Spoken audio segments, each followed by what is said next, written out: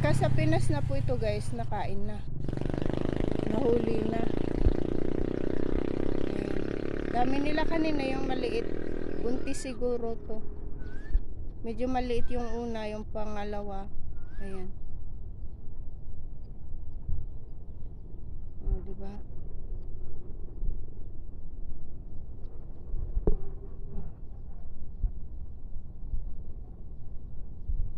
Dahan-dahan siya.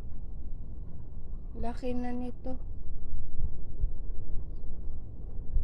Medyo maliit yan yung pangalawa. Ito mas malaki na tong pangatlo na to. Ayan. Pagka sa Pinas na to, pinulutan na ito ng mga tanggero. Ayan. Ayan, may isda oh. Hindi nakain.